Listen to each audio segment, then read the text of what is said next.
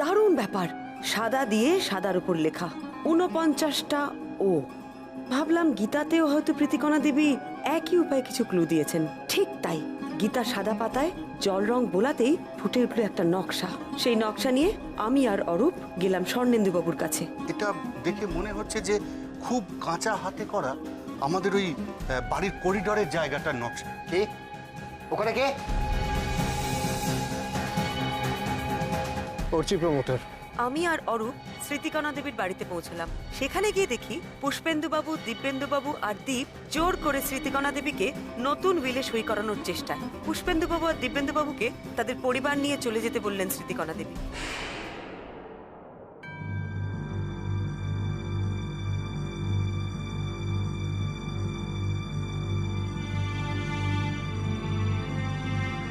লতা। হ্যাঁ ঠাকুমা। এরা চলে গেলে বাড়ির দরজাটা বন্ধ করে দিবি, আর কোনোদিন যদি এরা এখানে আসে তাহলে আমাকে ডাকার আগে পুলিশ ডাকবি। দুষ্টু গরুর থেকে শূন্য গোয়াল অনেক ভালো।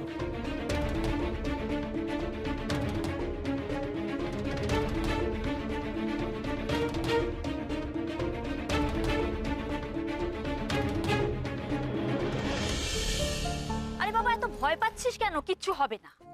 আরে ভয় পাবো না? মা কিভাবে বৌমনিকে বকলো? মাত্র 2টো দিন সময় দিয়েছে, এর মধ্যে তো একটা দিন কেটেই গেল। কি হবে এবার? সত্যি রে, মায়ের মুখটা দেখেছিস মিমি? কেমন যেন একটা করে রেখেছে। এবারে তো নরম হবে বলে আমার মনে হচ্ছে না। হয়নি তো, এখনো কেমন রাগি রাগি হয়ে আছে। এই বড়দি ভাই, তুই দেখেছিস মা কাউকে কোনো কাজই করতে দিচ্ছে না। এটা একদম ঠিক কথা, একদম ঠিক কথা বলেছিস। মা তো আবার রেগে গেলে কাউকে কোনো কাজ করতে দেয় না, সব কাজ নিজেই করে। জানিস দিশা, সকাল থেকে আমি রান্নাঘরে বাসন কোসনের আওয়াজ পাচ্ছি। ওগুলোর ওপর তো রাগটা দেখালে হতো, বৌমনির ওপর যে কেন কোপটা পড়লো কে জানে। আচ্ছা তোরা একবার ভাব, আজই এই অবস্থা, কাল কি হবে কে জানে। কি হবে কালকে? কিচ্ছু হবে না। তোদের কি মনে হয় মা সত্যি সত্যি বৌমনিকে বাড়ি থেকে বার করে দেবে? না না, মা কোনোদিন এই কাজ করতে পারে নাকি? মা করবে না। আরে আগেও তো কতবার মা রাগ করেছে, মাকে কোনোদিন বৌমনিকে বাড়ি থেকে বের করে দিয়েছে? মা এরকম ভাই, তুই সত্যি বলছিস না? মানে এরকম হবে না বল, তাই না? না না, এইরকম হবে না। সত্যি বলছি, মানে আমি 100 বার সত্যি কথা বলছি, একদম ঠিক কথা বলছি। এইরকম ঘটনা ঘটবে না আমাদের বাড়িতে। এর মধ্যেই বৌমনিকে আবার কেসের জন্য বেরোতে হলো, একেবারে গীতা কেস। কি হবে? দিদি বলতো তো, ছেলেদের কথা উঠলেই দিদি বলতো, শুধু চোখ বোঝার অপেক্ষায়। দেখিস ওরা এসে একবারে ঝাঁপিয়ে পড়বি। জানি আমি কতবার বলেছি, দিদি তুই কেন এইভাবে বলছিস? আচ্ছা কি হবে? ওরা তো তোরই ছেলে, তোর সন্তান আর কত খারাপ হবে? কতটা খারাপ আমি বুঝতে পারি, কিন্তু দিদি বুঝেছিল। দিদি ঠিক বুঝেছিল, ঠিক চিনেছিল, তাই তো ওই 2 ছেলেকে কানা করিয়েও দেয়নি। মাসিমা, আজ না হয় ওনার চলে গেলেন, এত বড় বাড়িতে আপনি একা একা থাকবেন এভাবে? না গো, এই বেশ আছি। দিদি চলে যাবার পর আমি তো এইভাবে একা একাই থাকি ওই লতাকে নিয়ে। এই কটা দিন ওদের ওই আনাগোনা অসহ্য হয়ে গেছিল জানো। কিন্তু ওরা যদি আবার আসে? তাহলে ওনাদের খবর দেব, ওনারা এসে যা ভালো মনে করেন তাই করবেন। এ নিয়ে তুমি আর ভেবো না। এই মা, তখন থেকে তোমাকে আমি তুমি বলে যাচ্ছি। তাতে কি হয়েছে? তুমি বলেছেন তো কি হয়েছে? মাসিমা, আমি আপনাকে একটা ছবি দেখাবো। ছবি? হ্যাঁ। কিসে? দেখুন তো ছবিটা দেখে কিছু বুঝতে পারেন কিনা।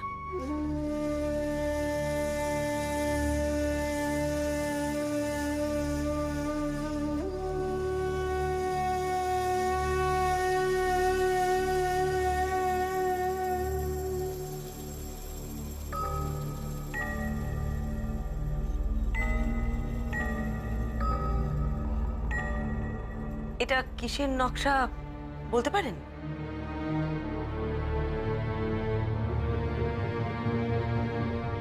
এটা আসলে আমরা ওই গীতার ভেতরেই পেয়েছি।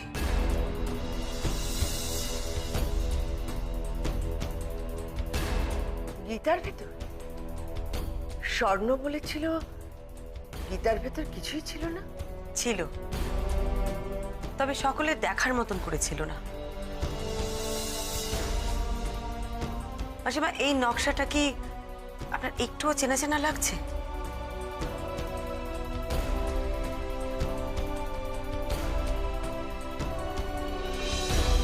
এইবারই নকশা বলেই তো মনে হচ্ছে, কিন্তু কিন্তু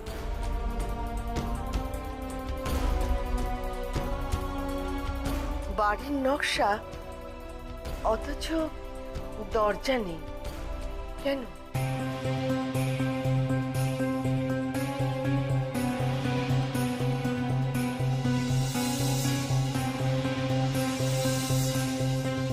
দিদি তো এত কাঁচা আঁকিয়েছিল না। বাড়ির নকশা আঁকবে, অথচ জানলা দরজা থাকবে না।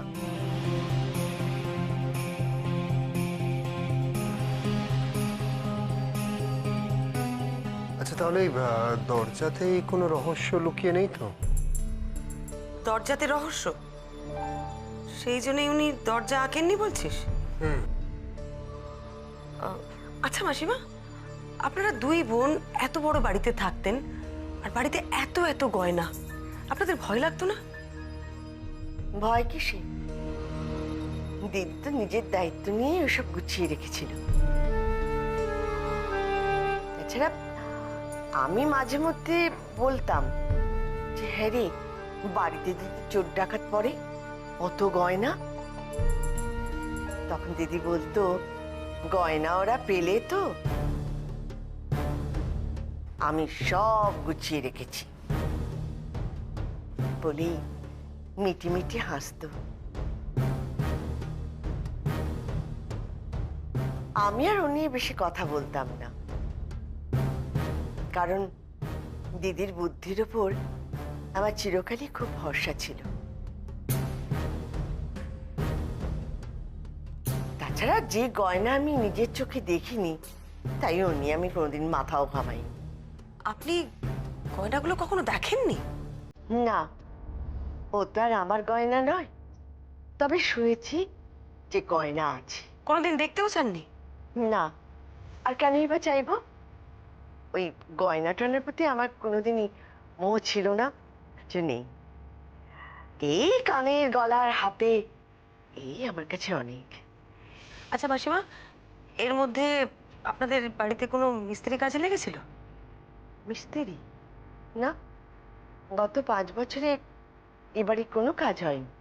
ও, আপনি যদি পারমিশন দেন তাহলে আমি একটা বাড়িটা সার্চ করে দেখতে চাই। গয়নার জন্য? দেখো, তবে পাবেন বলে তো মনে হচ্ছে না, নাহলে তো দিদির গুণধর ছেলেরা আগেই পেয়ে যেত। সরি, বাট তাও আমি আরেকবার দেখতে চাই।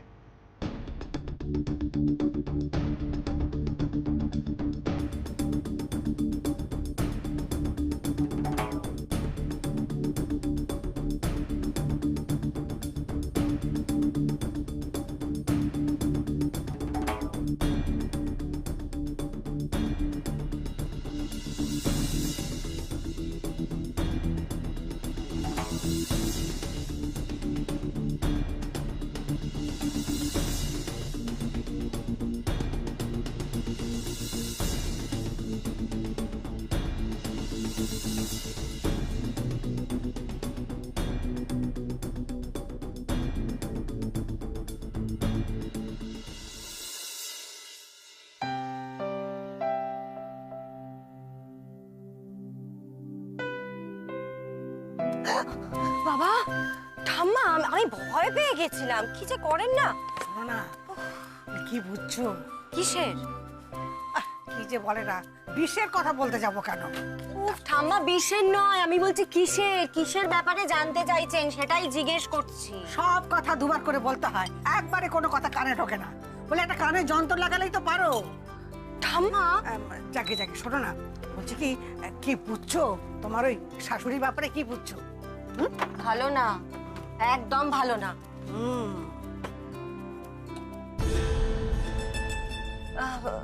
মা আপনি কেন উঠে এলেন? আমি চা বসিয়েছি তো। দরকার নেই। মা চা প্রায় হয়ে এসেছে, দেখুন এই দুধ দিলেই হয়ে যাবে, আমি আপনার ঘরে গিয়ে দিয়ে আসছি। আমার নিজের কাজ আমি নিজেই করব। কদিন বাদে তো স্বভাব বদলাতে হবে, তখন দেরি করে লাভ কি? আজ থেকে শুরু করে দিই।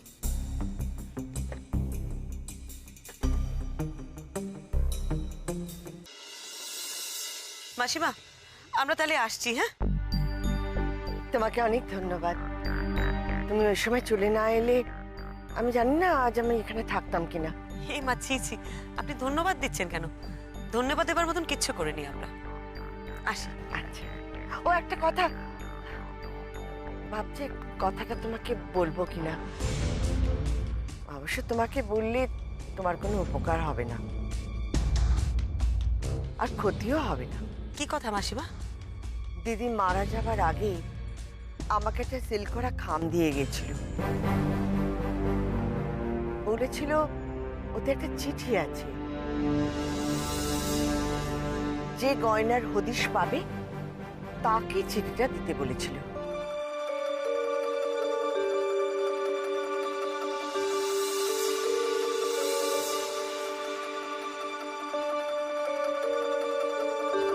এই কথাটা আপনি আমাকে একবারও বলেননি তো। বললে কি হতো? কি আছে ওই চিঠিটাতে? আমি কি করে বলবো? বললাম না, ওটা একটা সিল করা খাম। তাছাড়া দিদি আমাকে বলেছিল যে গয়নাগুলো পাবে তাকে চিঠিটা দিবি। আমাকে তো খুলে দেখতে বলেনি। চিঠিটা এখন কোথায়? বলবো না। চিঠি তুমি পাবে না, কেবল জানিয়ে দিলাম যে একটা চিঠি আছে।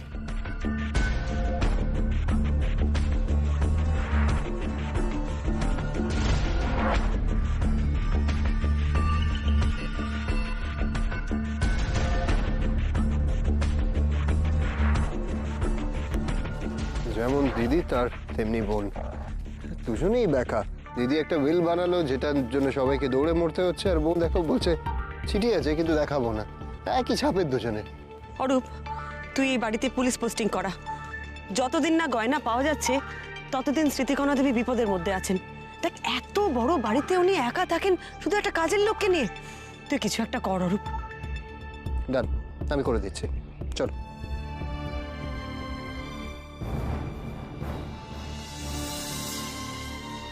একটা বাড়ির করিডোরের নকশা, মাঝখানে রাস্তা, দুপাশে ঘর, কিন্তু দরজা নেই।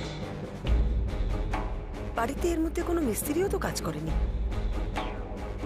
কাজে দেওয়ালের মধ্যে বা দরজার কোণে কোথাও গয়না লুকিয়ে রাখবে কি করে? ঘরের অন্য কোথাও রাখতে পারেন।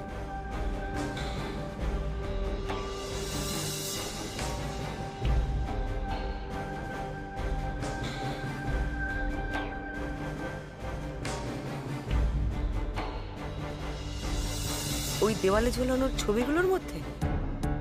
না না না, তা কি করে হবে? তাহলে তো অরূপ ধরে ফেলতো। ও তো বললো সবকিছু সার্চ করেছে। আর এত গয়না এভাবে লুকোনো যায় নাকি?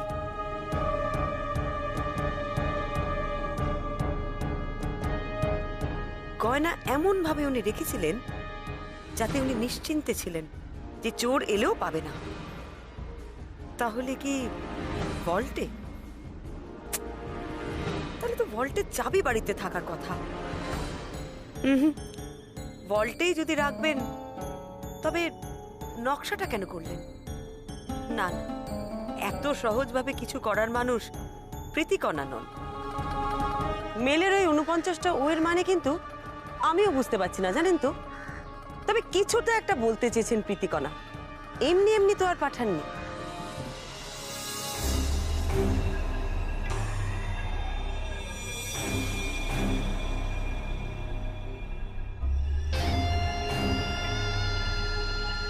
আচ্ছা, গয়না আদেও আছে তো? ওনার বোন স্মৃতিকণা অব্দি সেই গয়না কোনোদিন চোখে দেখেনি। এমনও তো হতে পারে যে সব বেচে টাকা করে ফেলেছেন।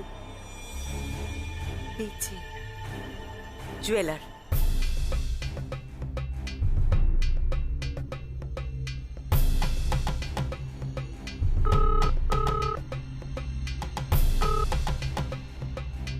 হ্যালো, মাসিমা, আমি পরমা মিত্র বলছি।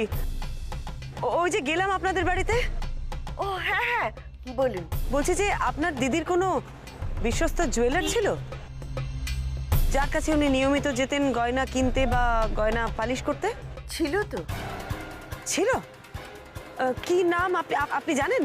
হ্যাঁ, ওই তো বউবাজারে বিপিন চন্দ্র অ্যান্ড সন্স। আমার দিদি তো সবসময় ওখান থেকেই গয়না গড়াতেন। তবে আমি যতদূর জানি বিপিনবাবু 2 বছর আগে মারা গেছেন। তবে হ্যাঁ, ওনার ছেলে ওই সব ব্যবসাপাতি দেখাশোনা করছে। বউবাজারের বিপিন চন্দ্র অ্যান্ড সন্স। ঠিক আছে মাসিমা, thank you.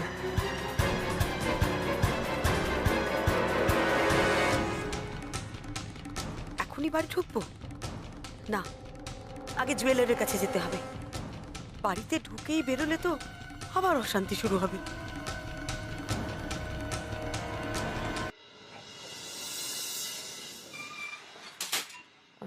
Bipin Babu sir দাঁড়িয়ে আছি।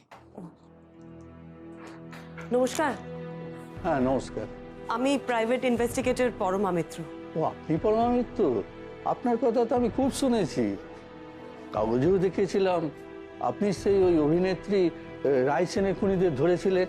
হ্যাঁ হ্যাঁ, আপনার কোনো তদন্তের কাজে যদি হেল্প করতে হয় আমার খুব ভালো লাগবে। Thank you.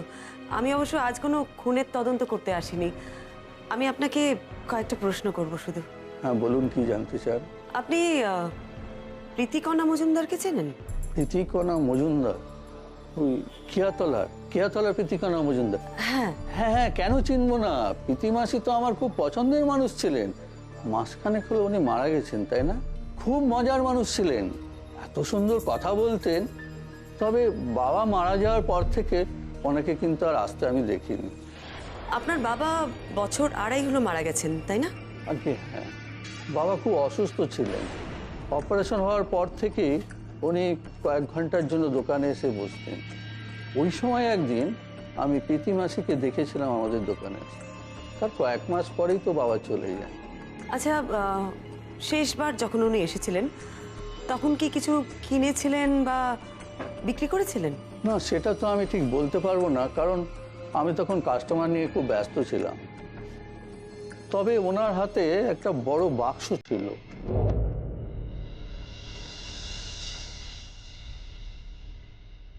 বাক্স? বাবা ওনাকে ডেকে নিয়ে এই ভিতরের ঘরটায় চলে গেলেন।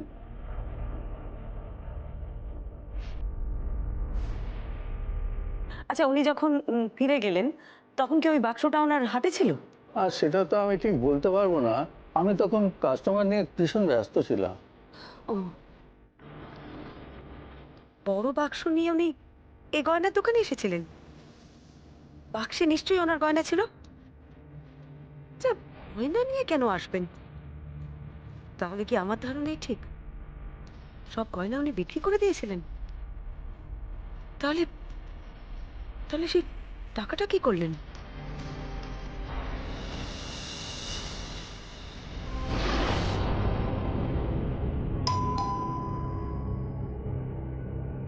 কিরে নন্দা, বাড়ির কি অবস্থা? বাড়ির অবস্থা বেশ খারাপ, আবহাওয়া গরম একেবারে। হ্যাঁ? জানো তো, মা বলেছেন এখন থেকে মা সব কাজ নিজে করে দেবেন। চা করতে যাচ্ছিলেন, আমি বললাম, বারবার করে বললাম যে আপনি করবেন না, আমি করে দিচ্ছি, কিছুতেই শুনলেন না, চা বানিয়ে খেলেন। কি হবে বলো তো এখন? নন্দা, এবার থেকে তোকে একটু আমাকে কি করতে হবে? না না, তোকে অনেক দায়িত্ব নিতে হবে, আর বাড়ির সবাইকে সেটা অভ্যেস করতে হবে এবার থেকে। ও দিদি ভাই, তুমি কেন এভাবে বলছো বলো তো?